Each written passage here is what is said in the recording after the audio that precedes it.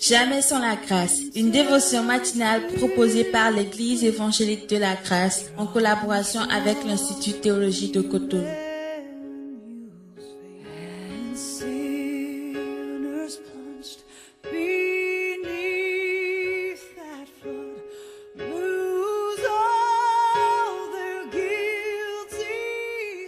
Bonjour chers amis, chers internautes, nouvelle journée, bienvenue dans cette troisième dévotion de cette semaine.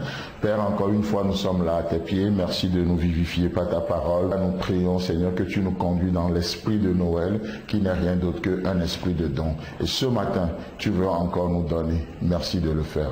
Amen. Alors chers amis, donc du coup hier on a vu combien c'est important de recevoir de la main de Dieu et combien c'est important de considérer ce Dieu qui veut nous donner. Mais et du coup on voit que Élisée ou pas Élisée, Géasi ne voit pas les choses de la même manière que son maître. Alors il est appelé serviteur, mais nous voyons que Géasi est un serviteur juste de nom et non de nature, parce que il va agir contre son maître. Géasi est un disciple de facette et non de fond. Son cœur n'était pas avec son maître.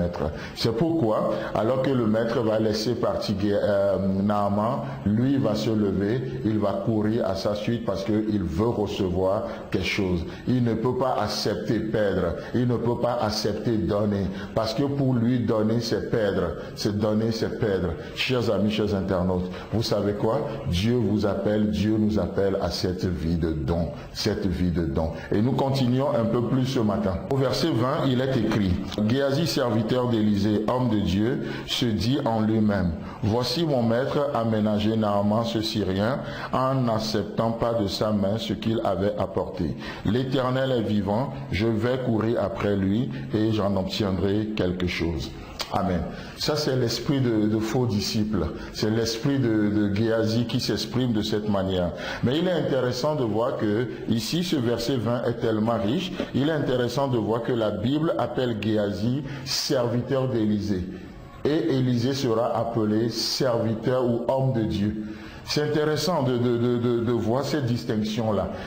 Géasi qui sera appelé serviteur d'Élisée et Élisée sera appelé serviteur de l'Éternel. La même chose que nous voyons dans la relation avec Moïse et avec Josué. N'est-ce pas ce qu'on voit aussi dans Josué chapitre 1, le verset 1? Après la mort de Moïse, serviteur de l'Éternel, l'Éternel dit à Josué, fils de Nun, serviteur de Moïse. Pourquoi Dieu ne peut pas appeler Josué serviteur de l'Éternel? Pourquoi la Bible ne peut pas appeler Géasi directement serviteur de l'Éternel et il appelle serviteur d'Élisée? Pourquoi la Bible appelle Josué serviteur de Moïse et c'est Moïse qui sera appelé serviteur de l'Éternel? Chers amis, ce que nous voyons clairement ici, tu ne peux pas prétendre servir Dieu, tu ne peux pas prétendre servir Dieu que tu ne vois pas si tu n'es pas capable de servir tes frères. C'est très très important parce que beaucoup d'entre nous aujourd'hui, nous nous disons serviteurs de Dieu, mais qui nous servons réellement?